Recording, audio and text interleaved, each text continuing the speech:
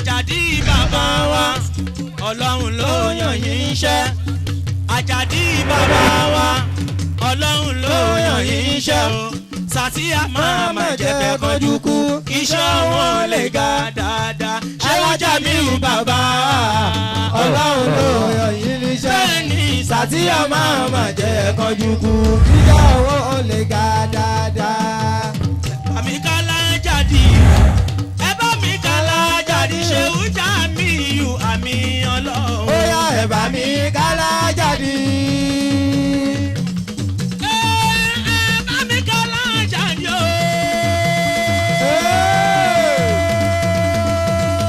Àjàdí Àjàdí Àjàdí Àjàdí Àjàdí Àjàdí Àjàdí Alájàdí o Àjàdí ẹ bá mi ká. ẹ ṣeun falimutafadal mashkura fadilati Sheikh Alhaj Sheikh Muhammad Jamiu Sunusi ayatullahi àmì Ọlọ́run. أعوذ بالله من الشيطان الرجيم بسم الله الرحمن الرحيم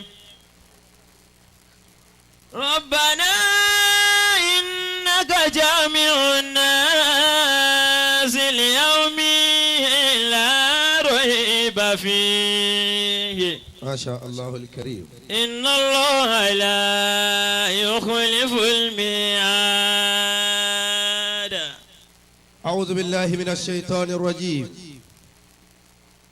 بسم الله الرحمن الرحيم. أعوذ بالله من الشيطان الرجيم بسم الله الرحمن الرحيم يا من في البار والبحر سبيله. الله يا من في البار والبحر سبيله.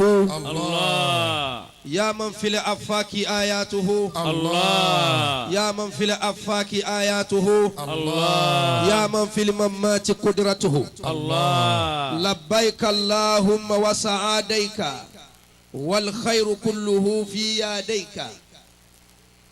اللهم صل وسلم على سيدنا ومولانا ورسولنا وقرة أعيننا ووسيلتنا إلى ربنا محمد بن عبد الله صلى الله عليه وسلم العربي القريشي الزمزمي المكي المختار وقاكم الله وعلى آله وأصحابه وأزواجه وذرياته وآل بيته وسلم تسليما. آمين. gbogbo ẹni tó bá fẹ́ gbádùn Ọlọ́run láyé àti lálìkìyàmà, gbogbo ẹni tí ó bá fẹ́ jẹ koro láyé àti lálìkìyàmà kó juwọ́ méjèèjì kó yòǹbó ànábì Muhammad. نسينا في ودادك كل قليل. ẹ dẹ́ gbogbo bí ó bá lè wà wá ẹ jẹ́ àdìde dúró. وقاكم الله. ẹ jẹ́ pé Allahumma salli. اللهم صل ala sayyidina Muhammad. على سيدنا محمد wa ala alihi. وعلى آله wa asahabihi. وأصحابه wa azwajihi. وأزواجه wa zurriyatihi. وذرياته wa sallim. وسلم. ọlọ́mọsà wọlé apá dúró báyìí láfi yin ànábì Muhammad. صلى الله عليه وسلم. gbogbo orí ayé ẹnìkọ̀ọ̀kan wa tó ti ṣubú àbẹ́yìí tó ti kú wọlé bá ti dúró yọ Ọlọ́run yóò dìde padà. آمين. ẹ yóò bọ́ ànábì Muhammad kọ́ hàn Ọlọ́run létí. صلى الله عليه وسلم. kó kálukú ojú òkú láàyè padà. Banika jókòó. olúwa wọlé àyè tá a ṣe fún ọ̀rẹ́ rẹ yìí tí í ṣe aṣáájú jùlọ ànábì Muhammad. صلى الله عليه وسلم. ẹni tó jẹ́ àmọ̀ nípa gbogbo ohun tá a mọ̀ yìí, ẹni tó fi yé wa gbogbo ohun tó yé wa yìí. lónìí tí kádàrá gbé pé ká wà nìbàdàn ọjọ́ precisely abẹ́ ọ nínú àánú rẹ, àwa kọ́ ló wù ká rí báyìí, ìwọ ló wù. àwa kọ́ ló wù ká jẹ́ báyìí, ìwọ ló wù. bó ti wù wá ká rí bó ti wù ọ́ ni. mo dúpẹ́ kí mo jẹ́ mùsùlùmí à ń kírun dáadáa ó wù Ọlọ́run ni o. tí bàbá mọ̀gbà bá bí ọ ó rù ẹ̀ kú. àwa ká ṣera wa báyìí mákàmọ̀ tó gbé wa lọ lábára wa ilé ẹjọ́ tó gbé wa lọ lábára wa mo gbọ́n ìwọ kọ́ gbọ́n àwọn tó gọ̀ ta ló jẹ́ wọ́n gọ̀ mo lówó mo ṣiṣẹ́ ni àìmọye ṣiṣẹ́ tó yẹ pé iṣẹ́ náà lárí àrówó àwọn kí wọ́n ṣera wọn bẹ́ẹ̀ bọ́lọ́hún ti ṣe wọ́n nù tó bá jẹ́ pé bọ́lọ́hún ti ṣe ọ́ yìí dáa tó tiẹ̀ mọ̀ pé ọwọ́ kó o jẹ́ èèyàn ẹ̀dá lejò tí ń fàyàfà ẹ̀dá lewúrẹ́ tí ó pààrọ̀ aṣọ ẹ̀dá ni màálù tí ó pààrọ̀ fìlà ẹ̀dá lejò ẹ̀dá la díẹ̀ ẹ̀dá làwọn dábàá tá a fún làákàyè pé iṣu tó fẹ́ jẹ ó kó gbé ilé náà kó tó jẹ tèpótèpó náà ní jẹ tútù òun kó ṣe rẹ̀ bẹ́ẹ̀ bọ́ láti ṣe nù tó o bá mọ̀ pé bọ́lá òun ti ṣe ọ́ yìí dáa ẹ pariwo Allah. Allah. kódà bó o tí ì lówó o sì ń bómi sùn doyún ń dọ́mọ́ ọlọ́run ṣiṣẹ́ nu ayé rẹ o ọwọ́ akú ká mọ̀ ọ́n ọlọ́run aláìmoore làwa ẹ̀dá ṣùgbọ́n mọ̀ wo bí a kù sí tí ẹ̀ wọlé Ramadan yìí gbogbo ẹni ọwọ́ wà sí tó fojú kan èmi Sheikh Jamiu wà mí ọlọ́run insha Allah gbogbo ohun tó bá ṣẹ́kù ń bànújẹ́ láyé rẹ̀ ọlọ́run fagilé lónìí. Àmín. bàbá wa chief imam ọjọ́. Adamallahu hayatahu. mo dúpẹ́ ẹ̀fẹ́ tẹ ẹ ní sí mi mo kí yín mo kí sí ọlọ́run lára yín mo fẹ́ wú orí kí yín mo fi àgbà ara kí yín mo fi ìmọ̀ nínú ọlọ́run mo fi kí yín mo fi ègbà tẹ́ǹtì ń ba bọ̀ tọ́jẹ́ pé ẹ̀yin gan ò lè ṣàlàyé torí pé gbogbo òtàn tó bá já síbi tó da èyí lè ṣàlàyé ẹ̀ tán torí gbogbo òràn kòkò tá a pàdé ata nínú ẹ̀ tí ata náà dùn iyọ̀ ọjà mọ̀gí ọjà ó ṣe déédéé kí kòkò tá a bá ata nú ẹ̀ káta ó tó dénú ẹ̀ yóò gbóná ohun tí kì í jẹ́ kí ìrìn àjò ẹni ọba ti já sí rè ó so é sọ púpọ̀ nù òpó ẹni ọba ti já sàn sórí kò parí ẹ̀ dáadáa ni mo kí ibi tẹ́ ẹ ti ń bọ̀ mo kí ibi tẹ́ ẹ bá dé mo kí ibi tẹ́ ẹ ń bá lọ bàbá TV mọ̀ mọ̀ ọjọ́ à ń sì ń gbádùn yín báyìí ikú ògìgì ọlọ́run ò ní fi eré yín kó wájú wa mo fi tí mo fi kí gbogbo alálàáfà ńlẹ̀ yìí inú gbogbo ohun téèyàn fagídí ṣe ẹ̀yàn mi ló yé lọ́kàn bẹ̀ gbogbo ẹni ọba fagídí dórí ipò kan kò ní nífọ̀kànbalẹ̀ ńbẹ̀ bí fati àṣẹ ga tó tá a bá ké tá a pè àmì ìfàyàbalẹ̀ níjẹ́ bẹ́ẹ̀ gbogbo ọlátọ́lọ̀ ń bá dá ìdátọ́kàn rẹ̀ ọba balẹ̀ mi rẹ̀ ò ní gùn ẹ máa wo gbogbo ẹni ọba fi tipa dépò kò ní pẹ́ ńbẹ̀ torí pé a ní fi ìfọ̀kànbalẹ̀ ṣe sàárà fún gbogbo ẹ̀dá tọ́lọ́wọ̀n ọba sì fi ìfọ̀kànbalẹ̀ ṣe sàárà fún ohun tá a fún náà lájẹ ọ̀pá bàbá wa ọlọ́jọ́ baálẹ̀ wa síwájú wa ọ̀gá wa àrólé ọlọ́run láàyè yìí Sultan el-Balad bàbá wa Hamzat Ọlágbóyèga mo kí yín o kábíyèsí o mo ṣe kábíyèsí ọlọ́run lára yín o ẹ gbádùn dọjọ́ alẹ́ Àmín. gbogbo ẹ̀yin olórí bàbá wa mo kí yín ẹ̀yin ọ̀tọ̀ kùlùlù mo kí yín kí n tó bọ́ sọ́dọ̀ àwọn ọ̀jọ́ youth Honorable Murphy ohun tí mo rí lára yín jù ni pé ẹ̀ka ara yín kù nǹkan gbogbo ẹ̀dá tó bá kara rẹ̀ kù nǹkan ò ní jẹ́ nǹkan dalẹ̀ àfẹ́ni ọba jù rẹ̀ lẹ̀ ẹ wo bẹ́ẹ̀ tí ń bá gbogbo àwọn èèyàn ṣe kódà àwọn less privilege kan wá bí ilé ẹ̀kan wọ́n tún bá wọn ṣeré ẹlòmíì ò ní ti da kankan yóò mọ̀ wò hàn ẹ má da dúró níbi tọ́lọ̀ ń fẹ́ mú yín lọ ó sì ga ju bí tẹ́ ẹ ti dé lọ tẹ́ ẹ bá ti dá bẹ́ẹ̀ dúró ọlọ́run náà ò ní dá bó ti fẹ́ ṣe dúró. mo kí ẹ ti ń jókòó àfàwà Nurul Hakim ẹ gbádùn ọlá àfàwà àgbà Sheikh Nurul Hakim ọlá àpapọ̀ àwọn ẹni ọlọ́run. mo kí honorable wa Bọ́lájí Badmus ọlọ́run ò ní kan ọ̀rọ̀ yín mọ́ni fàásì. ọlọ́run ò ní já yín lójú. torí kò sẹ́ńtì kan já lójú òsì yé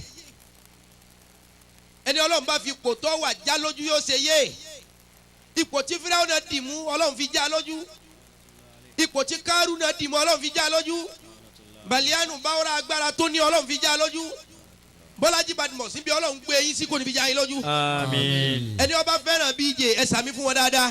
Àmín. mo fi bàbá alágbàjì bá alámúnigun àwọn bàbá tá a múnú omi mọ́ wọn nù tá a sì ń sàlùbáríkà wọn lọ títí láì tá a sì máa ṣe lọ gbogbo àwa zumuratul mumini tá a wà ń bí báríkà wa. Wakumullah. mo wá kí ọmọ ìyá mi ìmáàmù wa tó jẹ́ pé ọ̀rẹ́ ni wa alájọsìn wa mo ní ajísáfẹ́ mọ́ bọ̀ ọmọ àwọn amọ́gàjí àgbà ńlẹ̀ yányán nù ìmáàmù wa Hashimi mọ́gàjí. Adamallahu hayatahu. ọjọ́ youth tẹ́ ẹ pè dé ètò yìí mo kí làákàyè yín lálẹ́ yìí gbogbo elétò sábẹ́ ọlọ́mọye nọ́mbà yín tán bàbá olóyè ẹ kú ọmọ ṣe iṣẹ́ ìlú lélẹ́yìí o nǹkan ẹ̀sìn ló dé la míìsì ẹ̀mẹ́sìn o iṣẹ́ ìlú ni o biladaka qaddimuha ala kulli baldatin. biladaka qaddimuha ala kulli baldatin. wa min ajliha abutir wa min ajliha sumi wa min ajliha abutir wa min ajliha sumi. Alhaji Taiwo Badmus Arolu àjọ débìrì àjọ ń bọ̀ ni Alhaji Táyà Arolu Ọlọ́run ní gbá ọ̀rọ̀ yín wọ̀rí fásitì gbogbo nǹkan tó ti dùn lọ́rọ̀ yín yóò máa dá sí ni ọlọ́àfẹ́ anabi Muhammad biladaka qaddimuha ala kulli balda. biladaka qaddimuha ala kulli baldatin. gbogbo ẹni ọjọ́ kọ́ yìí wọ́n ní biladaka qaddimuha ìlú tí wọ́n bá ti bí ọ qaddimuha tí í síwájú ala kulli baldatin. ala kulli baldatin tí wọ́n bá nílùú ọlọ́dà jùlọ ayé kìí sí ni kìí sí dájú mọ́ kà lọ. qaddimuha ala kulli baldatin. èmi ọmọ tiẹ̀ o àfààní tí wọ́n bá nílùú ọlọ́dà jùlọ ayé sọ pé lù rẹ ni Mọ̀dínà ọ̀dà tó kìí sí. biladaka qaddimuha ala kulli baldatin. biladaka qaddimuha ala kulli baldatin. gbogbo ẹni ọba sọ lẹ́nu òpòfo wọ́n ní biladaka qaddimuha ibi wọ́n bá ti forí rẹ̀ sọlẹ̀ tí í ṣèlú rẹ̀ qaddimuha tí í síwájú gbé ọlá fún gbé iyì fún bọ́ba tara alẹ́ rẹ̀ lọ́pọ̀ òní rírà lọ́wọ́ wọ́n ní kódà bílù rẹ̀ ọba lọ dáadáa wà mí ní ajiliha. wà mí ní ajiliha afutir wà mí ní ajiliha sumi. wọ́n ní kí wọ́n bá nọ́tìsì pé ìlú tí wọ́n ti bí ọ bálánsì dáadáa wà mí ní ajiliha ó lè torí ìlú rẹ̀. afutir. wà mí ní ajiliha sumi. ó lè torí ìlú rẹ̀ kó bẹ̀rẹ̀ àwẹ̀. ẹnìkan ọ̀ràn ọ wà bẹ̀rẹ̀ àrẹ láwẹ̀ pé ìwọ Ọlọ́run gómìnà ọ̀jáde ńlẹ̀ yìí rí olówó ò sí ìlú yìí ọlọ́rọ̀ ò sí ìlú yìí kọmíṣánná ò sí ìlú yìí mínísítà ò sí torí ìlú rẹ̀ kó gbààwẹ̀ ó lè má jẹ́wọ́ kọjọ́ ọmọ rẹ̀ bọ́lá ń bá gbà tán. Allahu akbar. ọjọ́ youth iṣẹ́ ìlú lẹ́sẹ̀ yìí àwa wé mọ́ ẹ̀sìn lẹ́sẹ̀ mo wá kí understanding gbogbo yín kéésì gbogbo àwọn tó kó sásọ gírì yín mùsùlùmí. ṣùgbọ́n ọjọ́ youth pawápọ̀ wọn ò yọra wọn sẹ́yìn pé ṣèbí wàásí ni wọ́n fẹ́ ṣe ṣèbí wàásí ti mùsùlùmí náà fẹ́ ṣe wọn ò ṣe bẹ́ẹ̀ gbogbo yín jọ kó sásọ ẹjọ́ ń ṣe iṣẹ́ ìlú nù ohun tí ẹ̀sìn sì fi kọ́ wa jù náà ní ká gbọ́ra wa yín. ẹlẹ́sìn kìíní ni ẹ má débẹ̀ ẹlẹ́sìn kìíní ẹ má jọrọ ẹ̀sìn ó kó sí yín lórí da ìlú rú o. tẹ́ ẹ bẹ́ẹ̀ torí ẹ̀dẹ̀ bẹ̀ẹ̀dẹ̀ jẹ́ ẹ fẹ́ lọ sẹ́dẹ̀ wá bẹ̀ẹ̀dẹ̀ jẹ́ tẹ́ ẹ bá yẹ tẹ́ dẹ́dẹ́ padà sẹ́dẹ̀ o. ẹ má jẹ́ kí ọ̀rọ̀ ẹ̀sìn ọbàlú kan jẹ́ torí pé bílù bá rojú lẹ́ẹ̀rọ ayé practice ẹ̀sìn ohun tó yẹ kí gbogbo ayé bẹ̀rẹ̀ sí ní advocate lónìí nù ẹ má pẹ́ nìkan mọ́ ẹ má bàtẹ ẹ má ju bọ́ǹbù mọ́ ẹ má yìnbọn mọ́ ẹ má fọ́ọ̀sì ẹ má bàtà àwọn èèyàn jẹ́ mọ́ bílù ọba rojú ẹ̀ ní rí bí sẹ̀sìn ọjọ́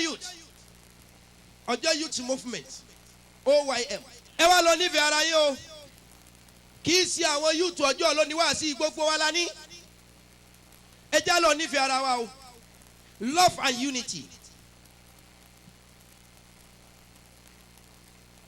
alhubu wal itihad love and unity ìfẹ́ àtàjọṣepọ̀ àti ṣera ẹni lọ́kàn tá a bá nífẹ̀ẹ́ ara wa ní ṣọ̀kan gbogbo Nàìjíríà yìí náà ń tà ń dàrú ìkíni ìfẹ́ sọnù bífẹ́ bá ti sọnù ìṣọ̀kan ó túká gbogbo ẹ̀yà wa ẹja nífẹ̀ẹ́ tahadu wa tahabu wala tafakharu fakat tahadu wa tahabu wala tafakharu tahadu gbogbo yín ẹ ṣọ̀kan o tahadu nínú ilé tí wọn náà ti jáde mọ́jẹ́ ọjọ́ pé ńgbà wọn bá parí ọ̀rọ̀ wọn lọ́dàrú èmi ọgbà tí ń lẹ sọ tahadu gbogbo bí a bá fẹ́ kó tò tahadu ẹjẹ́ ajẹ́ kẹnu ọjọ́ kan nínú ìlú ẹjẹ́ ajẹ́ pé rúùtù kan náà látọ̀ nínú ilé ẹjẹ́ ajẹ́ kójú ọ̀nà kan náà látọ̀ láàrin ìgboro ẹjẹ́ àtọ̀ ọ̀nà kan wọ́n tahabu ẹ wá já fẹ́ràn ara wa o ẹjẹ́ fẹ́ràn ara wa o ẹjẹ́ múnú ara wa dùn ẹjẹ́ àṣẹra wa lọ́ṣọ̀ọ́ wala tafakharu afẹ́ akọ̀ àjùra wa lọ àlejò ọmọ ṣiṣẹ́ kan náà tẹlomi ọmọ dàbí gba kọ́dọ́gbọ́n sí kádàrá ló fi tiẹ̀. Allah. wala tafakharu bọ́ba dá fún ọjọ́ ẹgbẹ́ lọ la tafakharu mọ́sàkọ́ o mọ́sẹ̀fàárí o tá a bá ń sẹ́gbẹ́ gbogbo wọn káwọ́tì ara wa equal ntọ́tẹ́ nìkan bá ti kẹ́ mọ́jú yín lọ fàárí bẹ̀rẹ̀ gbogbo bí a bá ti rí fàárí ọ̀kọ̀ọ̀kan lọ́wọ́ wọ́yọ̀ o. Allah. bí gbéraga bá ti fẹ́ ju tọ́ba ti fẹ́ pọ̀jù fún ìyàwó jọkọ lọ ilé ọ̀dà wí. bọ́kọ náà bá ti fi rẹ̀ wí ọlọ́run ilé ọ̀dà wí. tàhádù gbogbo ẹja gba just only way ọ̀nà kan ṣoṣo ìwà kan ṣoṣo ọ̀rọ̀ kan ṣoṣo ìṣesí kan ṣoṣo ìhùwàsí kan ṣoṣo ẹja máa hù wọ́tàhábù ẹja fẹ́ràn ara wa o ẹ má di a ní kínníkínní kan báwo la ṣe ní dára wa báwo la ṣe ní máa fúnra wa lẹ́pàṣẹ. kò ṣe jẹ́ mi kò ṣe jẹ́ mi kò ṣe jẹ́ mi tó bá ti jẹ́ ẹni tí wọ́n fi kì ọ́ ìwọ náà ni. èé ṣe tí gbogbo àwọn ọ̀dọ́ tàfi làákàyè sí mọ́ kí ló dé tó yẹ pé nǹkan tí ọmọ èèyàn bá ti ń lé báyìí tí ó bá ti bọ́ sóhun lọ́wọ́ nǹkan ni èé ṣe nǹkan dáadáa nù. lójú ẹlòmíì tí abájọ ń lé nǹkan báyìí tí òun ọ̀bá yìí ti rí nǹkan òun gbà nǹkan yẹn ọ̀yà ní bọ́sẹ̀ nìkan kan lọ́wọ́ ni. èé ṣe tahabu ẹja fẹ́ràn ara wa ẹja lò fẹ́ ìfẹ́ ní ọjà wà ní Jánnà ìfẹ́ lọ́lọ́run fi gbé ayé àtọ̀run dúró ìfẹ́ lọ́lọ́run fi gbé ilẹ̀ àti sánmà dúró níbo ni gbogbo wa fi ìfẹ́ sí tahadu wa tahabu ẹja dùnrin ọ̀nà kan náà ká sì fẹ́ràn ara wa dénúdénú wala tafakharu kí ni jáwé yóò sóògùn owó àwọn tí ń fowó ẹ̀ ń ta ìṣe yẹn ni. La tafakharu má ṣe yànga má ṣe àjùlọ ọjọ́ tó o bá ti fi ẹnìkan pọ̀ jù lọ tó o sakọ sí tó o tẹ̀ ẹ́ mọ́lẹ̀ òun náà fẹ́ wá agbára lọ́nà kan náà kó òun náà fẹ́ débi tó wò dé ohun tá kọ́lé ọ̀bá sì fún yàn agbára ò lè fún. ẹ jẹ́ ká ṣọ́ra wa gbogbo wa tó ń ṣe dáadáa tẹ wá ń sọ̀tọ̀ oríṣiríṣi lágbájá ṣe dáadáa kí ni wọ́n fi kí ló bá bọ̀ ọbẹ̀ tàmẹ̀dó ṣe dáadáa kí ló bá bọ̀ ọbẹ̀ téèyàn bá ṣe dáadáa tó bá gba burú mbẹ̀ téèyàn bá ṣe dáadáa táwọn èèyàn bá fa burú san wàláhì Ọlọ́run tó da ọ́ san jù bẹ́ẹ̀ lọ fún. Allah. ṣé wọ́n ń sọ̀rọ̀ nítorí kí wọ́n lè yàn ni ò ní gbẹ̀san gbogbo ohun tá a bá ṣe nítorí ká lè gba ìlọ́wọ́ ọmọ èèyàn àbùkù lèèyàn bá bọ̀ ọbẹ̀ ṣùgbọ́n ohun tó bá ṣe lillahi wa rasulihi mo ṣe kínní ìfọlọ́hún iyì tó gbà ń bẹ ojú tó rọ lọ mísàn tó fi ń báwọn èèyàn ṣe ló jẹ́ kí wọ́n máa dà ẹ́ torí Ọlọ́run ló fi ń bá wọn ṣe ni àbí torí yìí torí Ọlọ́run ló fi bá wọn tò ní àbí torí àtẹnujẹ gbogbo wọn tó bá ṣe dáadáa láyé táwọn èèyàn bá jí tirẹ̀ wàláhì summa billahil azim tí ó bá fi dìrọ̀lẹ́ kó tó dalẹ̀ ó jù wọn lọ times million ẹ̀gbọ́n tí Yorùbá wí ni bàbá kábíyèsí wọ́n ní kàkà kọ́ mọ olóore ó jìn sọ́fìn ẹ̀ parí ẹ̀ mọ̀nàmọ́ná ọ̀yà ṣiṣẹ́ mọ́lẹ̀ tó bá fi máa so oore táburú ọba fi kàn ọ́ lọ́wọ́ yà tó ọ ni tá a bá ń fẹ́ràn ara wa a máa pàdé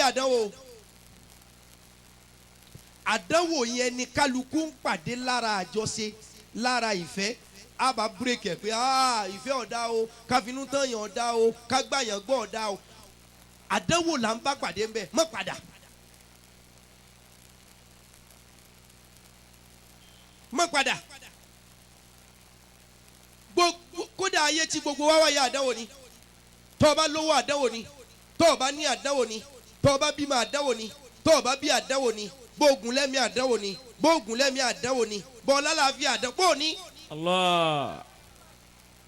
khalaqal mauta wal hayata. liyabluwakum ayyukum ahsanu amalan wa huwal azizul ghafur. mo kí irọ́ ìdùn mi ò ṣíṣe. Olúwa ní èmi Ọlọ́run ni mo dá ikú àti ààyè liyabluwakum kí n lè fi ṣe ìdánwò fún yín. Sẹ́mi àti ẹ lè paasi ìdánwò ìmílò òkè mílò lẹ́wà yìí sáà lè paasi tẹ́sítì Ọlọ́run. Ẹni Ọlọ́run rán sí ọ pé wá tọrọ lọ́wọ́ rẹ ọmọ fi sakọ òun kọ́ lọ́ wá a ní ọ wá bá ọ káfíń sàdánwò ni. Ọwọ́ pé mo ṣiṣẹ́ kí n tó lówó ni iṣẹ́ kí jẹ́yìn olówó. Mo gbìyànjú kí n tó déyàn ìgbìyànjú kí jẹ́yìn ọwọ́ pé mo ọ̀dájú lówó àwọn alámọ̀ ń tá a ṣe o. Àwọn kan ṣerú rẹ̀ tí wọ́n ya wèrè kí ló àbí wọ́n bá tiẹ̀ ṣe tó bọ́ sí fi wọ́ lọ́hùn. liyabluwakum ayyukum ahsanu amalan wa huwal azizul ghafur. Ọlọ́run ọba yìí ọba aládàáwò ni ẹ jẹ́ á lo ìfẹ́ inú kan máa ló lọ èèyàn ọ̀dá o ìkàlẹ̀ èèyàn o àsúkọ̀ láàlì ahadin àsúkọ̀ láàlì ahadin èèyàn kò ṣe finú tán bẹ̀t finú tán Ọlọ́run lára èèyàn. èèyàn ọ̀dá o àti báyé bẹ̀ ọpẹ́ ayé láti bá apẹ́ ni tí fún wọn lóúnjẹ ni wọ́n gé jẹ ayé láti bá àdánwò ayé ni ìwọ ní inú kan bò ń tí ni lọ́hùn ọ̀rẹ́ mi dà mí èmi náà da ọ̀rẹ́ mi wèrè yẹn di méjì.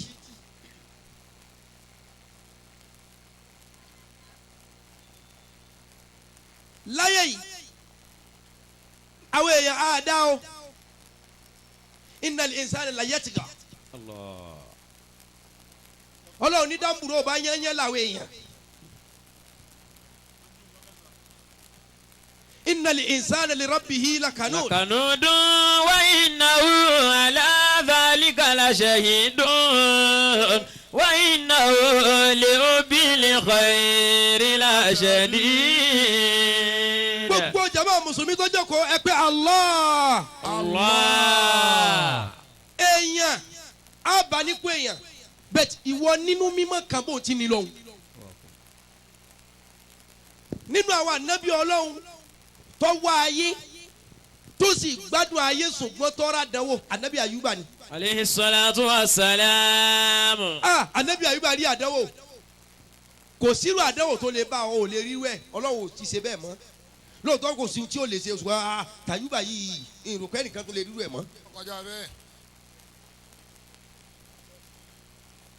nínú àwọn ànábì Ọlọ́run tí wọ́n bá ń sọ fún wa nípa Ayuba Ìmáàmù Ajísáfẹ́ Ayuba síìkì nìkan là ń gbọ́ Honorable Murphy tábà wí àbí kí la mọ̀ nípa Ayuba ó síìkì kọ ṣé Ayuba ò gbádùn ayé rárá ni.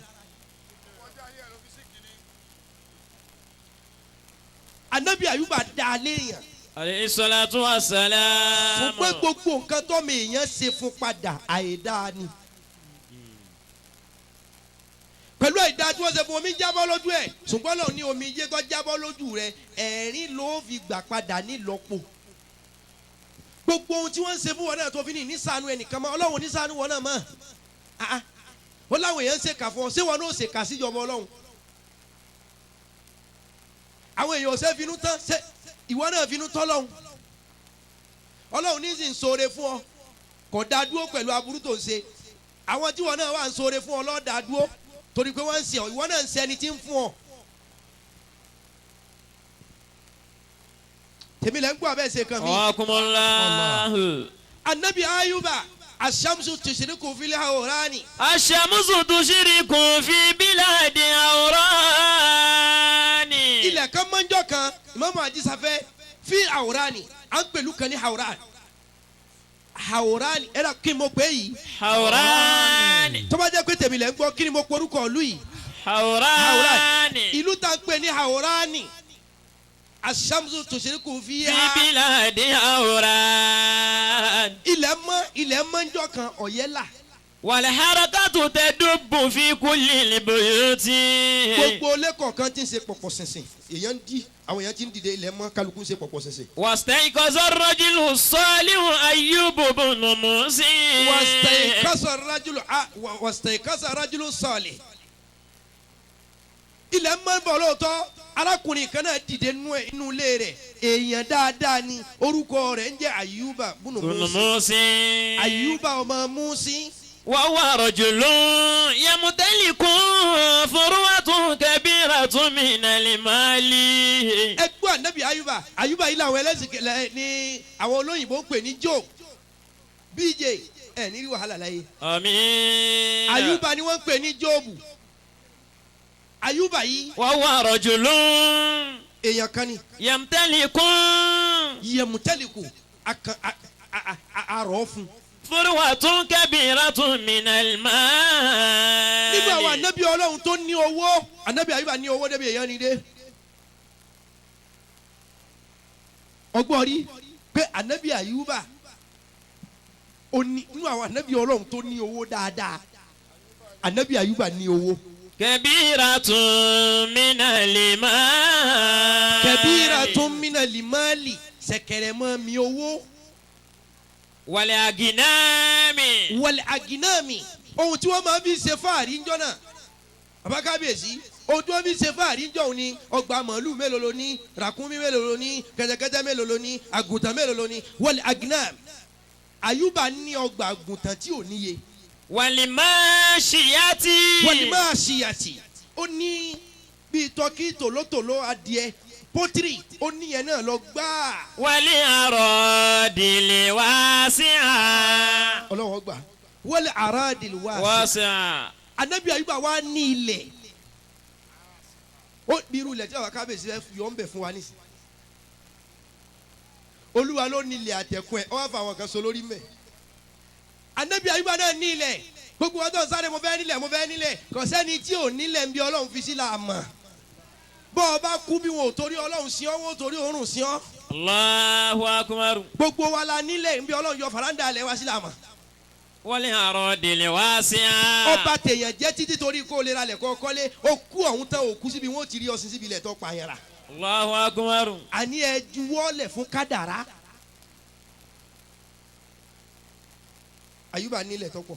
kama annahu yamuliku abidahu aqwiya ashiddaa. Ayuba yìí ó ní àwọn abidan al-aqwiya wal-ashidda. Wakumullah. ó ní àwọn ẹrú lóko tí wọ́n bá ń roko tí wọ́n bá ń ṣiṣẹ́ àwọn ẹrú tó ní agbára àwọn ẹrú tó káyàkáyà. yaqumuna bizar'il ardi wara'il mashiya. tílẹ̀ bá ti mọ́ àwọn ẹrú ọbẹ̀ sóko ni. wara'a Ayyubu yunadi ala abna'il kathiruna hatta yastayqizu min nawmihim. gbogbo wọn tó o bá fẹ́ jẹ koro láyé sọ pé la ilaha illallah. la ilaha illallah. anabi Ayuba yìí. wara'a Ayyubu yunadi ala abna'il kathiruna hatta yastayqizu min nawmihim. torí ọmọ ìyá mi ti ń bẹ́ ń bí Ajisafẹ́. wakum. wọ́n ní bí Ayuba bá jí làárọ̀. yunadi ala abna'il kathiruna. yóò dìde yunadi ala abunayil kasiruna. Ayuba bímọ tọ́pọ̀ tọ́bẹ̀ ìtìlẹ̀ jí làárọ̀ yóò lọ wo gbogbo àwọn ọmọ ẹ̀. gbogbo òbí tó bá jẹ́ òbí dáadáa ọmọ rẹ̀ ò gbọ́dọ̀ jí sí ọ́. gbogbo ẹ̀yin òbí tẹ̀ mọ́ sí ẹ bẹ̀rẹ̀ sí ní ṣe é nísìn ọmọ yín ò gbọ́dọ̀ jí sí ẹ ní mọ ìwà burúkú tí ń bẹ lọ́wọ́ ẹ̀. tó bá jẹ́ pé wòkúwò làwọn ọmọ yín ń wò ìṣekúṣe làwọn ọmọ yín ń ṣe wọn ò ní tì túkàlágo 5 wọn gbàgbé sùn bẹ́ẹ̀ ni ẹ bá wọn bẹ̀ bọ́ bá lọ wò wọ́n dájí.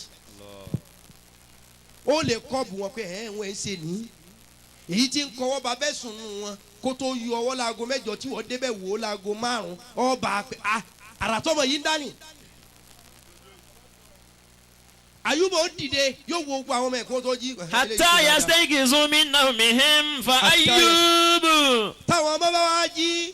fa Ayyubu razzaqahu Allahu bi awladin kathirin. wa Ayyubu razzaqahu Allahu bi awladin kathirin. Ayuba yìí ó bí àwọn ọmọ tó pọ̀. náà ọmọ mẹ́wàá là nẹ́bí Ayuba bí njọ́ náà ọmọ mẹ́wàá ní bẹ́ẹ̀ lẹ̀ fún Ayuba njọ́. وجاء إليه أبناؤه ليلتمسوا رضاه. tí Ayuba bá lọ jí gbogbo àwọn ọmọ tán já ilé àwòládù liyaltamisu رضاه. gbogbo àwọn ọmọ anabi Ayuba wọ́n wá wájú ẹ̀ láàárọ̀ kùtùkùtù liyaltamisu ridahu wọ́n wá gbà yọnu bàbá wọn. àṣàṣì ò lè ràn ọ́ tó o bá ń gbàdúrà lẹ́nu àwọn òbí rẹ̀. Allahu akbar. ọ̀n lọ Ọ̀ṣun ọ̀n lọ Ọ̀fẹ̀ ọ̀n lọ Ọ̀yọ́ ọ̀n wálé ológun bàbá wo ló gbóná kí ni gbóná lára èèyàn bí àdúrà àwọn òbí rẹ̀ kí ni jẹ́ lẹ́sẹ̀kẹsẹ̀ ìyá rẹ̀ jata kéje kó láàárọ̀ kéje yọ bàbá rẹ̀ ò tí fẹ́nu kankan ọwọ́ ni wọ́n mọ̀ mí pọ̀ tá ò ní ká ọ mọ̀ sàrọ̀ bí mọ́ ẹni ọba dán ọwọ́ lọ sí. Allah. ẹ wá àwúrẹ̀ eléhùn mọ́ ẹ wá arọ́ bí eléyẹn mọ́. ليلتمسوا رداء ثم دخل عليه أهله وإخوته فسلموا عليه. kí ni mo fẹ́ fàyọ fún yín ẹ má dáadáa dúró la nuridu minkum jasa'an wala. شكرا لا يريد منكم جزاء ولا شكورا. ẹ má dá ọrẹ dúró kódà bí ò tí gbẹ̀yìn ẹ máa ṣe lọ ọlọ́run tẹ̀ ń ṣe fún lára àwọn tẹ̀ ń ṣe fún ni ẹ máa ṣe fún lọ. ẹ ń gbà náà níbi abóore dúró yà á dá dúró ìwọ náà pàfẹ́tì lọ́dọ̀ ọlọ́run mọ́jọ́ dá tiẹ̀ náà dúró. Ayuba yìí bi tó ní owó dé tí túmọ̀ ṣe dáadáa dé. وقام أيوب يتجول في بلدة يبعث عن المحتاج ليعينه. Alhaji Murphy ẹ kú jókòó BJ ẹ kú jókòó olóyè ṣe kí n máa tẹ̀síwájú. وقام أيوب Anabi Ayuba jí njọ́ kan. ليتجول في بلدة يبعث عن المحتاج ليعينه. Anabi Ayuba tó bá jí láàárọ̀ yóò máa wá èèyàn káàkiri pé ta ló ní ṣòro líyò inú kí n lè gbé owó fún kọ́là. وعن الفقير. Wa anil fakiri فقير. ta ni ó lò sí. ليتصدق عليه. èmi ní owó tí ó la ìrìn kó wá gba owó. وعلى المريض. ta ni ó gbádùn ta la láìsàn. ليعوده. ìyàwó kí n lè ràn án lọ́wọ́. وعن المساكين. Wa anil masakini ta la tẹ́wọ́ gbọ́ rẹ̀ ta la láìní. ليطعمهم في بيته. liyut'imuhum fi baytihim kí n ṣètò fún wọn kí wọ́n jẹ kí wọ́n yó. ẹ wo owó tó lè dé irú ipò. ẹ dákun ní ọjọ́ yìí lónìí àti ẹni tó lówó tó bẹ́ẹ̀ tí ó pé ta ló ní ṣòro ẹ máa bọ̀. kódà Nàìjíríà yìí lónìí tí ó bí Dangote ṣe tó nkùn ní ṣe bẹ́ẹ̀ tó bá ṣe é láàrin 1 hour application ṣòro tá a kọ síwájú ẹ owó rẹ̀ ò lè ká. وعن المساكين ليطعمهم في بيته. application ṣòro tí ọmọ Nàìjíríà kọ síwájú ẹ láàrin 1 hour owó ọ̀tàn ni. níbi owó Ayuba dé yóò tún máa polongo pé owó yìí kú ọkọ̀ kọ̀tàn ẹ máa wá gbà olówó wo ló ní owó tó bẹ̀ ńlẹ̀ yìí tí ó pé ẹ máa bọ̀ àfi ẹni tá dẹ́wọ̀ bàbá tí wọ́n ń pè aláàjì ibi tirẹ́là epo ṣe ń jóná yìí àfi kẹ́ ẹ máa wá àwọn èèyàn kẹ́ ẹ máa tọrẹ káàkiri o irú eléyìí yóò máa wọ mọ́sálásí tani ìlọ́mọ́ká imam ṣe ní interest umura torí Ọlọ́run kọ́ wọ́n ti sọ pé kọ́ ọmọ rẹ̀ ọba àmọ́ kú mọ́ kọ́ máa sóore oore oní kọ̀ǹdíṣàn nìyẹn. ilé ẹjọ́ kan wọ́n wá mú ìròyìn burúkú kan wá bá Àyùbá tí ń sóore. wà sọ bá òyà ọmú. ilé wa sọ bá òyà ọmú ni ilé ẹjọ́ kan mọ́. kọ́mọ Ayyubu min nawmihi liyadhkuru lahu khabaran shay'an. ìwọ Ọlọ́run abẹ́ ọwọ́ láàánú oṣù tá a wà tá à ń sọ̀rọ̀ rẹ̀ yìí ìṣòro tí ó bá wa tí ó gbòmìjẹ lójú wa ọlọ́mọdé ọkàn wa tọmọtọmọ. àmín. gbogbo ẹni ọba sàmí ò ní ṣòfò láyé. àmín. liyadhkuru lahu khabaran shay'an. anabi Àyùbá jíjọ kan liyadhkuru lahu khabaran shay'an wọ́n bá mú ìròyìn burúkú kan dé. inna waladahu min awladi qad mata. wọ́n ní inna waladahu min awladihi qad mata. wọ́n ní Àyùbá bàbá nǹkan ṣẹlẹ̀ o wọ́n ní kíni waladahu min awladihi qad mata. ìkànnù àwọn ọmọ yín ó kú nísìnyìísìn.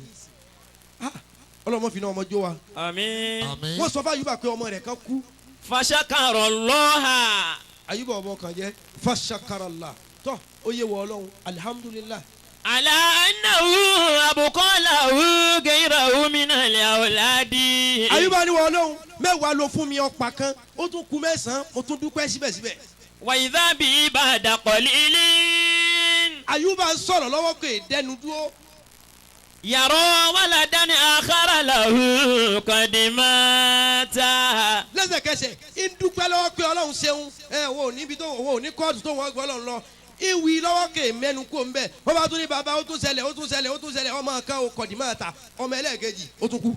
thumma mata thalisun. bẹ̀rẹ̀ Àyùbá wò pé ẹ̀fún àbẹ́ẹ̀dì ó dìde lérí àga pé kílẹ̀ wí ń béèrè pé kílẹ̀ wí báyìí lẹ́nìkan bá tún sáré wọlé pé. thumma mata thalisun. bàbá wa Àyùbá ọmọ ẹlẹ́ẹ̀kẹta ó kú. thumma mata rabi'un. ọmọ ẹlẹ́ẹ̀kẹrin lóòjọ́ ó kú. thumma mata khamisun.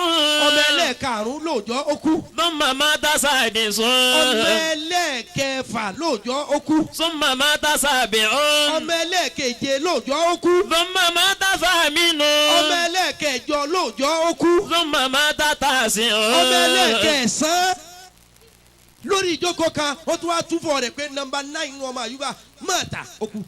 thumma mata ashirun. nbẹ̀lẹ̀ òyì tí ń kó Àyùbá. alayhi salatu wassalamu. kíni ìṣèkà fún yẹn ìṣèyàn jẹ́ ìpààyàn lẹ́kùn ìrẹ́ni tó níṣòro kí n mọ̀ràn lọ́wọ́ kí leléyìí ìkan tó kù ńkọ́ sọ́sà kù kan ẹ jẹ́ ń wo wọn pé bàbá kò kù kan èyí tá a ní ẹ wá wò kọ́ ni máa ta. qad mata. ọmọ yẹn ẹlẹ́ẹ̀kẹ́ wa òun náà kú. hatta lam yabqa min awladihi ahadan fasabara ala dhalika. hatta lam yabqa minal awladi. minal awladi ọmọ kankan wá ṣẹ́kù mọ́. Allahu akbar. Allahu akbar. ọmọ kankan gbogbo ọmọ ẹ wá kú lójú ẹ. fasabara ala dhalika. ẹni tí ń ṣoore nu o ẹni tí ń sin láwọn gẹ́rẹ́ àdánwò ìwọ tó sin àdántán lórí. Allahu akbar. fasabara ala dhalika. Àyùbá gbà fọlọ́hún. ثم رأى أيوب الماشي والأغنام تموت أمام عينيه. sábẹ́ àti gbogbo ọjọ́ youth movement sábà pé ẹlòmíì gan tẹ bá bí pé nú ọmọ àtọwọ́ èwo lọ fẹ́ yóò pé ẹni ó bímọ ọmọ ni ó sìn ẹni tí ò bí ọmọ ni ó pé ẹjọ́ wo lówó ẹ fọmọ́lẹ̀. Allahu Akbar. sábà pé gbà gbogbo ọmọ kú owó ń bẹ oko ń bẹ sábà pé eléhùn tún lè jẹ́ kí Àyùbá òun tún máa kọ́ mọ rí nǹkan wojú kàyéfì wa ni pé. Ra'a Ayyubul Mashiya.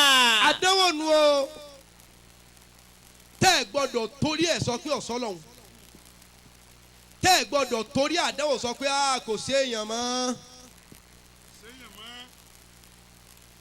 àwọn olè bá wọ oko àyùbá ńjọ́ kan sẹ́yìn kó ní oko kó ní gbogbo nǹkan wọ́n bá wọ oko wọ́n bá kó gbogbo nǹkan tí ń bẹ lóko lọ èyí tí wọn ò lè kó lọ wọ́n dáná sun gbogbo ẹ̀ àtàgùntàn àti ràkúnmí wọ́n jó gbogbo oko níná. Allahu akbar tamutu amama ainihi. tamutu amama ainihi gbogbo property àyùbá ọ̀tán. wa huwa la yaf'alu shay'an. àyùbá wa ṣe nǹkan kan mọ́. illa an yashkura Allah ta'ala. illa an yashkura Allah ta'ala. kò ṣe kankan wájú tó pé wọ́n lọ́wọ́ ṣeun ìwọ ló fún mi ìwọ ló gbà nítorí àdánwò sọ pé ò sí. wala ya'taridu ala qadri. mo ń sọ fún ọ lónìí pé ohun tí ń ṣe ọ yìí kọ́ ní ọ̀pá ọ́ lọ́ọ́ di òpó ọlọ́run ní mú ni ohun tí ń ṣe ọ yìí kí ọ̀pá ọ́ tó yẹ pé ohun tí ń bá ń ṣèyàn ní pààyàn ni Ọbásanjọ́ ò ní kú lẹ́wọ̀n ohun tí ń ṣe ọ yìí kí ọ̀pá ọ́ dìde kó fèsì ìṣòro rẹ pé o ò tó bẹ́ẹ̀. wa bada'at amwaluhu takilu kathiran.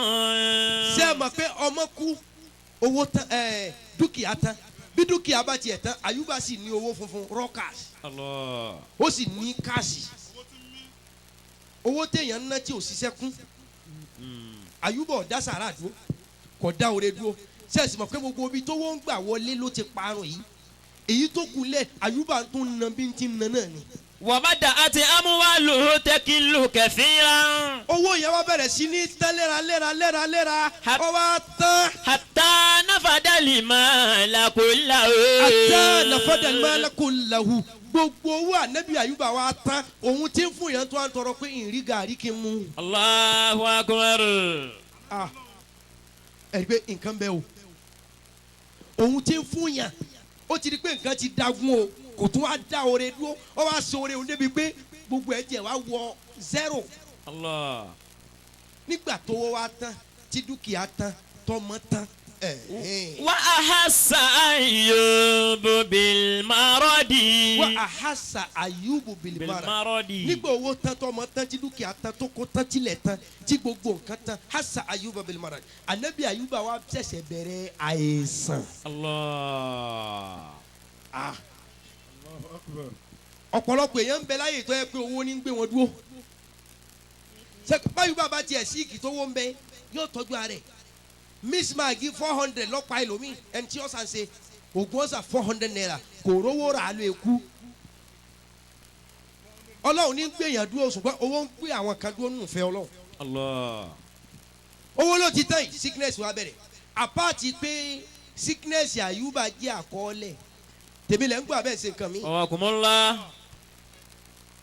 àpáàtì pé sickness Àyùbá jẹ́ àkọọ́lẹ̀ kọ́mọ mẹ́wàá ó kú lóòjọ́ kí dúkìá ọ̀tán kó wọ́ tán tí ó bá ní tẹ́ndẹ́nsì àti síìkì náà tẹ́lẹ̀ túláàsì àìsàn ó bẹ̀rẹ̀. Allah. níbi ànábì Àyùbá tí wàá gbé àìsàn wá ṣẹ̀ṣẹ̀ dé. yaftarisu jasaduhu da'ifa. àìsàn yìí bo Àyùbá débi pé jasaduhu da'ifa. da'ifa. gbogbo ara ànábì Àyùbá da'ifa ó di ọ̀lẹ kò lè gbápá kò lè gbẹ́sẹ̀. falamu yashtaki li ahadin. Àyùbá wa sọ pé káì kò lè ṣe kí ló wí. walam yashtaki li ahadin. wa zalla yadhkuru Allah azza wa jalla. washtadda bihi al-maradu hatta nala min jasadihi kulli. gbogbo ibi kan sẹ́kù lára Àyùbá mọ́ Àyùbá wa bílẹ̀mù ẹnìkan kò wá pé bo mo ti kó kò pé ẹ wo wọn sọ mí dà o ẹ wo wọn ṣe fún mi o gbogbo ọjọ́ tẹ̀ ń bá sì ń rí ara wa lára ara wa àní gbádùn ara wa ó dijọ́ tà ń bá ń rí Ọlọ́run lára ara wa. Allah. wọ́n pe ẹ wo ohun tó ṣe ó pe ohun tọ́lọ́run ni ó ṣe fún mi ló ṣe òun. ọjọ́ tẹ̀ bá fẹ́ banújẹ́ lára èèyàn mọ́ tó bá ṣe nǹkan kan ẹ wo ohun tó ṣe ẹja bá yí hìtì ẹ̀fẹ̀ fílẹ̀ ohun tọ́lọ́run ni ó ṣe fún mi ló ṣe òun. falamu yabuka juz'un salimun min jasadihi. lamu yabuka juz'un kò ṣẹ́kù ìkérí kankan. salimun min jasadihi. salimun min jasadihi kò ṣẹ́kù ìkérí kankan nínú ara Àyùbá tálàfíà bẹ́ẹ̀ mọ́. illa qalbuhu wa lisanu.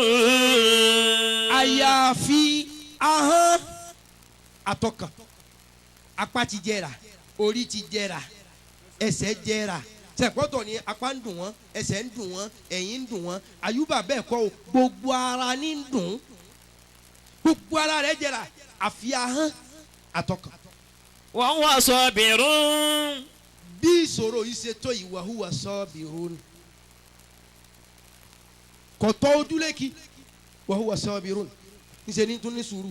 yadhkurullaha fi narihi wa laylihi. ẹ jẹ́ ní sùúrù fúnra wa o ẹ jẹ́ ní sùúrù gbogbo àwùjọ tá a bá ti bára wa ẹ jẹ́ ní sùúrù ká ní sùúrù fúnjọba kíjọba náà ní sùúrù faraàlú ẹ jẹ́ ní sùúrù tá a bá ní sùúrù fúnra wa nǹkan kan ò lè tò ẹ ti máa lágídí nínú yín tí máa ti ń sọ̀rọ̀ tí máa ti ń ẹ̀fìlẹ̀ o ti mọ̀ wá ẹ̀ kí ni wọ́n náà tó ẹni abáyé ti mọ̀ pé ara rẹ̀ múná àtìyàwó ilé àtìyàwó ta kì í fi báyà ṣeré ìjọba ló ń bọ̀ wálé yín tẹ́ ẹ bá sí ń lé ẹ pé ọmọ wá ìyá yìí nìkan lọ́wọ́ alẹ́ oṣù abẹ́yà lọ́dọ̀ rẹ̀ ẹ mùtá mọ̀ wá gbogbo wa ti travel alọ Ifẹ̀ mọ̀ wá fóníwà níjọ́ rẹ̀ jọ ọ̀rẹ́. yadhkurullaha fi laylihi wa narihi. mo tún ní wàásù mi nígbàdàn yìí ní ọ̀sán yìí náà báyìí nísìnyí. wa tala maradu Ayyuba hatta bada an-nasu yansarifuna min hawlihi. ajísafẹ́ ká mọ̀ múra. wa qati'u an ziyaratihi. kàyéfì wa ni pé àwọn èèyàn dúró ti Àyùbá ńgbà tí ṣòro ṣẹ̀ṣẹ̀ bẹ̀rẹ̀ àwọn èèyàn pé ti Àyùbá ńgbà tí kọ̀ǹdíṣàn rẹ̀ ò tí ì wọra tán.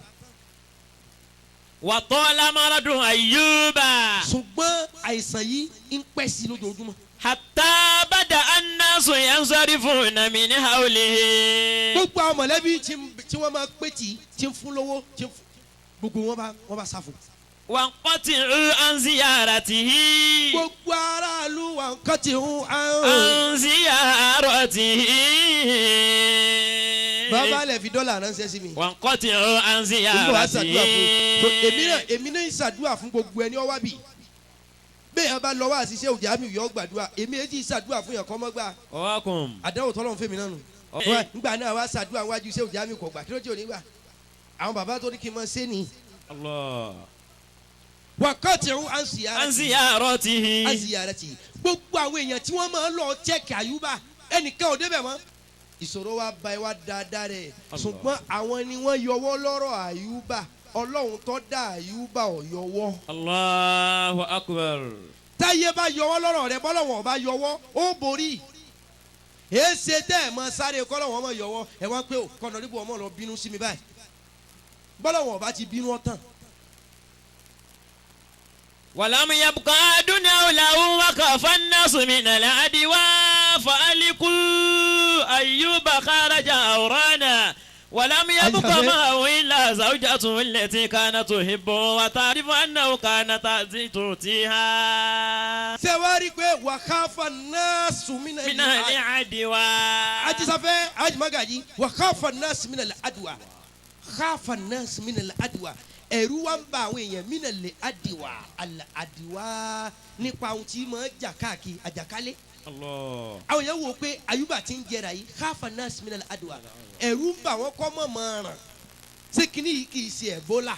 Allah. ṣe pé Ebola bọ́ bá bọ ẹlẹ́bọ̀là lọ́wọ́ oko bó dìmẹ́ ẹlẹ́bọ̀là oko abẹ́ẹ̀kọ́ ni bó súnmọ́ ẹlẹ́bọ̀là oko wọ́n á wò pé ohun tí ń ṣe Àyùbá yìí ṣé kì í ṣe ohun tó yẹ pé bàbá ti kó lọ́dọ̀ ẹ̀ yóò mú eléyìí yóò mú eléyìí yóò mú eléyìí ó dáa kí la lè ṣe pẹ̀lú Àyùbá Àyùbá tí ń ṣàánú wọn Àyùbá tí ń ràn wọ́n lọ́wọ́ Àyùbá tí ń dúró tì wọ́n gbogbo Olúwa ṣe mítìnì pé kí ni ká ṣe. fa'aliqu bi Ayyuba kharaja hawrana. ohun tó wà ń bẹ ni pé ẹja kó gbogbo ẹja kó kùmà ẹja lé Àyùbá kó lù pẹ̀lú bí o ti gbádùn. Allah. kò yẹ kó jẹ́ pé wà nẹ́bí Àyùbá ni wọ́n rorú rẹ̀ kàn. ládùúrú tọ́lọ́hún ni ó gbé sẹ́nu ìlú wọn. gbogbo ìlú bá pa ọkọ̀ pé Àyùbá ọ lọ ni o ọ lọ ni o ẹni tí ò gbádùn tẹ́ ẹ tún ní yọ lọ ń bẹ láàrin èèyàn kò gbádùn ẹ tún ní ọwọ́ gbó lọ. Allahu akbar. níbi gbogbo òlu ti pawọ́pọ̀ tí wọ́n lé àyùbá wọ gbónú. ولم يبقى معه إلا زوجته التي كانت تحبه. kò wá sí ẹnì kankan tó dúró ti àyùbá mọ́ àfìyàwó ẹ̀. التي كانت تحبه وتعرف أنه كان يؤتي أملا كثيرا ويكرمها لما كان غنيا سليما وكانت وفية لزوجها تقوم بخدمته وتنفق عليه وهي صابرة تحتسبة على فراق أولادها ومرض زوجها وفرق رضيت الزوجة الوفية بأهلها فصارت في الفقر بعد الغنى والشقاء بعد السعادة ولهم تجد أملا إلا كلمة الناس لتحصل على المال فتشتري طعاما لزوجها المريض وطالت سنوات للمريض وأيوب على هله يذكر الله ويذكر على قضائه وزوجته تخدم الناس. àyùbá wa wọgbó òun àtìyàwó rẹ̀ kò sẹ́nìkan mọ́ kò sí ohun tí wọ́n jẹ mọ́ ìyàwó rẹ̀ mọ́ wá ṣe kíni ohun tó wí tán nísìnyí. وخاف الناس وكان الناس يعطفون عليا فيؤتون لحما وخبزا. ìyàwó ànábì àyùbá sọ pé àyùbá ń bẹ nínú igbó ìyàwó rẹ̀ wá rí nǹkan kan tí ó ṣe mọ́ ìyàwó rẹ̀ ó wá gbòòrò yóò dírẹ́sì bákanbákan yóò máa lọ àwọn èèyàn máa fún ní láhàmù wà hóbùsà àwọn èèyàn máa bùn ní búrẹ́dì àtàsámù egun ẹran ha àyùbá ti ń bọ̀ yàn ìyàwó rẹ̀ ó máa lọ tọrọ ẹ dákun àrí búrẹ́dì àjẹkù àyùbá onínú kan ìyàwó ànábì àyùbá tó bá fẹ́ wá tọrọ owó gbòòrò yóò fi nǹkan kunjú ìjọ tí wọ́n tún á gẹ̀ẹ́sì pé ìyàwó àyùbá inú àwọn tí àyùbá ń tọ tíyàwó àyùbá ń tọrọ owó lọ́wọ́ wọn yìí àyùbá ló dá omi ìlóko òwò ìyàwó àyùbá ìgbọ́dọ̀ fún kọ́bọ̀ mọ́ béèyàn ti ṣe nu o wọ́n jọjọ lójú o gbé ara lọ́lọ́hùn fèsì ọlọ́hùn gbogbo wọn bá ṣe fáwọn èèyàn mọ́wọ́ bẹ̀ ibi lọ́mọ èèyàn fi san eré. ولم تجد إلا صفيرة من شعرها. ọ̀rọ̀ wa dójú ẹ̀ ìyàwó ànábì àyùbá yìí kò róore ń bì kankan mọ́ ìyàwó ànábì àyùbá sì ní irun tó gùn wọ́n láìkì irun nílùú wọn bẹ́ẹ̀ gbogbo wọn kọ́ ni wọ́n ní gígùn ìyàwó ànábì àyùbá wa gẹrun ẹ̀ yóò wá lọ tà á. Allah litatiha bil mali. litatiha bil mali yóò ta irun yóò fi gbowó. wa tashtari bihi ta'aman. tashtari yóò trade tashtari bihi. ta'aman. yóò fi ra oúnjẹ. ففعلت وعادت إلى أيوب فوجدت طعام كثيرا فقال من أين لك هذا. ìyàwó ànábì àyùbá gé irun ta ó ra oúnjẹ tó pọ̀ délé àyùbá ò torí pé òun síkì ó ní bolo ti oúnjẹ báyìí wálé. من أين لك هذا قالت خدمت بإناسا. ìyàwó ànábì àyùbá ní àwọn tí mò ń fọbọ́ tí mò ń fọlẹ̀ fún ló fún mi kò jẹ́wọ́.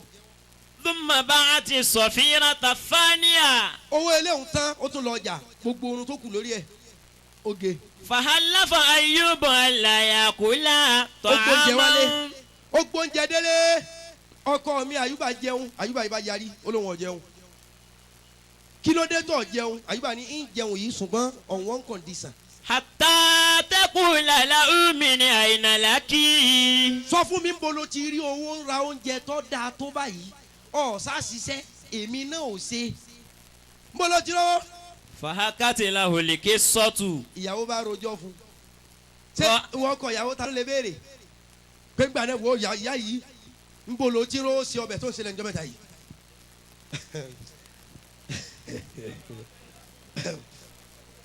àwọn ìyàwó wa gan sẹ́rí ìwọ̀nba tó bá bù síwájú rẹ tó ń béèrè òsì tó bá gbé tó lẹ̀ mọ́ lórí gbà yóò pé olùsí òkú ọmọ yàrá gọ̀ à ń ṣe ń jẹ sí ọ lẹ́nu ò ń béèrè bí a ti ń rówó ẹ̀ láyé òde òní jẹ́ pé bí ìyàwó bá tún fún yàn lówó àfẹ́ mọ ibi tí ń rí àtúmọ̀ pé ibi tóun ti ń rówó yìí ibẹ̀ ò ní dí. Allahu akbar. pé ibi tóun ti ń rówó yìí ṣe bẹ́ẹ̀ kọ́ ìyàwó rẹ̀ mọ́ wálé ṣe ó béèrè. ọkùnrinla. ibi tóun ti ń rówó yìí ní agbára Ọlọ́run ẹni ọba ní ó dí àwọn aláàánú rẹ̀ ní àṣọ ọkọ ìyàwó ta rẹ̀ lọ́pọ̀. Allah. رأى شعرها مهلوكا. Imam Magaji Alhaji Táyà Arọ́lú ìyàwó ànábì àyè bàbá kúnlẹ̀ pé baálé mi nǹkan yíwọ́ wọn ò ṣàánú mọ́ ṣùgbọ́n látijọ́ tóun ti ń gbóúnjẹ gidi wálé irun orí òun lòun gé tà. La ilaha illallah. àyè bàbá ní irun orí rẹ tí mo fáìn tí wọ́n fọwọ́ pa ó ní bẹ́ẹ̀ ni rọ̀há شعرها مهلوكا. rọ̀há ṣáàrọ̀há màhàlùkà ọba àyùbá ní sígèlè ìgbà tí ó sígèlè báyìí ìyàwó àyùbá ó ti da parí Allahu akbar. ó ti fa gbogbo orun ta ha ìbànújẹ́ wa bá àyùbá wa fèsì ọlọ́run pé wọ́n ọlọ́run ìlé ṣẹ̀tọ́ mi mọ́ gẹ́gẹ́ bí ọkọ ìlé ṣẹ̀tọ́ mi mọ́ gẹ́gẹ́ bí bàbá ṣé wọ́n ọlọ́run fẹ́ kọ́ ta ó yọ̀ mí ni ibo lójú rẹ wà. فبكى ثم قال رب إني مسني الضر وأنت أرحم الراحمين وأيوب إذ نادى ربه أني مسني الضر وأنت أرحم الراحمين فاستجبنا له فكشفنا ما به من ضر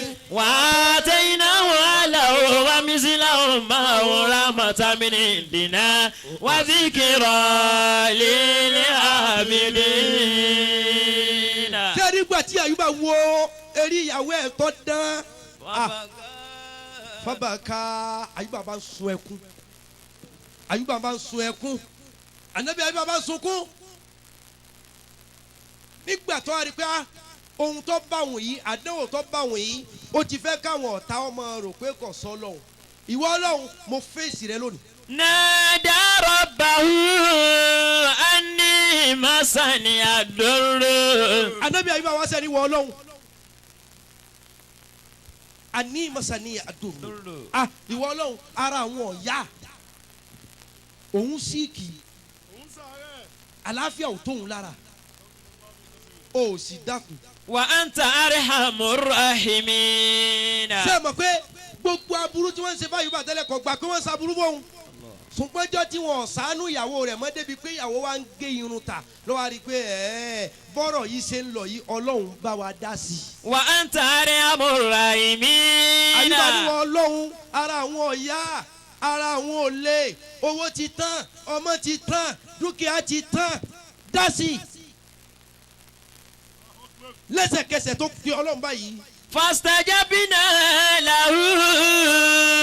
fastajabna ó pe ọlọ́run lẹ́sẹ̀kẹsẹ̀ ọlọ́run òjò ó di ìrọ̀lẹ́ bó ti pe ọlọ́run náà fastajabna lahu. ọlọ́run ni ó dá bọ́rọ̀ ti rí àyùbá fastajabna lahu gbogbo nǹkan tó jẹ́ nira tí wọ́n fi ń fi ọ́ ṣe yẹ̀yẹ́ fastajabna lahu hijaba de. Allah. gbogbo ohun tí ń ṣe ọ ya kó mbẹ àìsàn kó mbẹ àrùn kó mbẹ orí fọ́ kó mbẹ ojú dídùn kó mbẹ ọkàn dídùn kó mbẹ ara ro kó mbẹ ẹsẹ̀ dídùn kó mbẹ. fastajabna lahu. lẹ́sẹ̀kẹsẹ̀ ohun tí ń ṣe àyùbá ṣe parẹ́. fakashafna ma bihi min durri. èèyàn da àyùbá ṣùgbọ́njọ́ tí àyùbá tó fẹjọ́ sun ọlọ́run pé wọ́n ọlọ́run ó tó gẹ́. ọjọ́ náà lọ́lọ́run sì tó ṣe kí ni ọlọ́run ló tó gẹ́. Allahu akbar. gbogbo ẹkún wèrè tí wọ́n ń sùn yìí ọ̀ fẹjọ́ sun ọlọ́run èèyàn ló ń fẹjọ́ sùn. òun pé wo ládùúgbò tí mo ṣe fún wọn mo ní kí wọ́n fẹjọ́ rẹ̀ sùn yín ni o ẹ̀yin lẹ́ mojú rẹ̀ o ta ló mojú ẹ̀dá tó dá bí ọ̀sán lọ́hùn. Allah. sọ́ra láti fẹjọ́ sọ ẹnìkan mọ́ fi sọ lọ́hùn. táwọn èèyàn bá ń saburú fún ọlọ́run ní o fèsì pé ọlọ́run dáadáa ní í ṣe ohun tí wọ́n ń ṣe fún mi o dá mi láre o ọlọ́run wá dá àyùbá láre lẹ́yìn ìgbà tá àyùbá gbádùn tán ó tún á lo 70 years. Allah. dọ́là tóbi lẹ́ẹ̀kan náà. Allah. lẹ́yìn tó gbádùn lẹ́yìn tó dìde àárẹ̀ ó lo 70 years. lẹ́yìn ọdún tó lòun ó wá bí ọmọ méje mi lẹ́yìn ọmọ méje ó wá rí ọmọ rẹ̀ láyé ègé. Allahu akbar. àní tí condition bá dé say no condition is permanent every disappointment is a blessing. gbogbo ohun tó bá bá ọ láyé ìbùkún ni.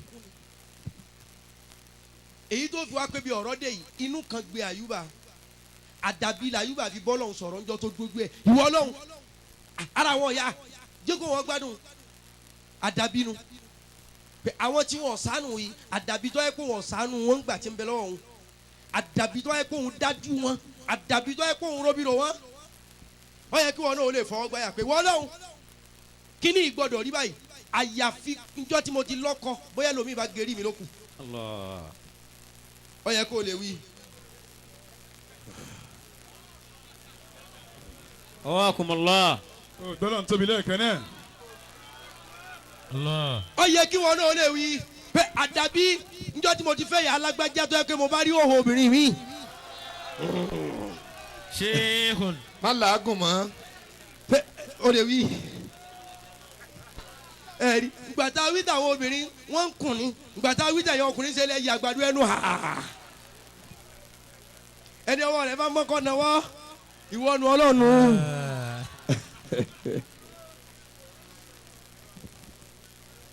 àdàbí gbé àyùbá ẹja lòfẹ́ èèyàn ìfìfẹ́ báyàn lò láyé kó jèrè tìjú là ò ní inú kan láyé kó jèrè tìjú là ò ní máa sòdodo láyé kó jèrè tìjú láéláé. alijasawul ihsan Illal illal ihsan. ihsan dáadáa lọ́lọ́run fi san dáadáa mọ́ni amila saliha Falinafsihi wa man asaa fa alayha wa ma rabbuka bizallamin lil abid. gbogbo ẹni ó bá ní gbígbàdúrà tó fẹ́ gbà lọ́dọ̀ ọlọ́run tẹ́wọ́. ọ̀rọ̀ ẹ̀dá mi ń gùn ọlọ́run ọba ọ̀rọ̀ ẹ̀ gàgàrà ó tóbi lọ́ba ọ̀rọ̀ ẹ̀dá mi ń gùn. ọ̀rọ̀ wádìí nǹkan.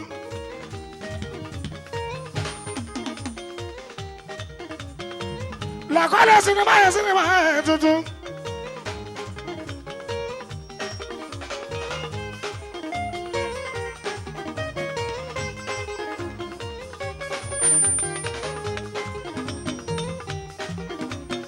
tí tàbá sùnà èèyàn mi ò jù wá.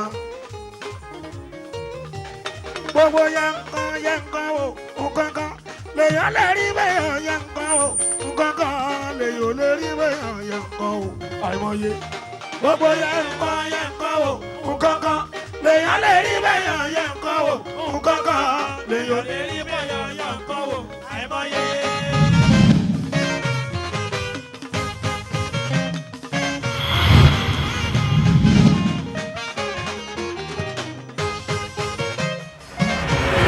Àjàdí bàbá wa Ọlọ́run ló yàn yín iṣẹ́. Àjàdí bàbá wa Ọlọ́run ló yàn yín iṣẹ́ o. Sàtíyà máa jẹ́ kẹ́ kánjú kú. Iṣẹ́ wọn lè ga dáadáa. Sheikh Jamiu bàbá Ọlọ́run ló yàn yín iṣẹ́. Bẹ́ẹ̀ni Sàtíyà máa jẹ́ kánjú kú.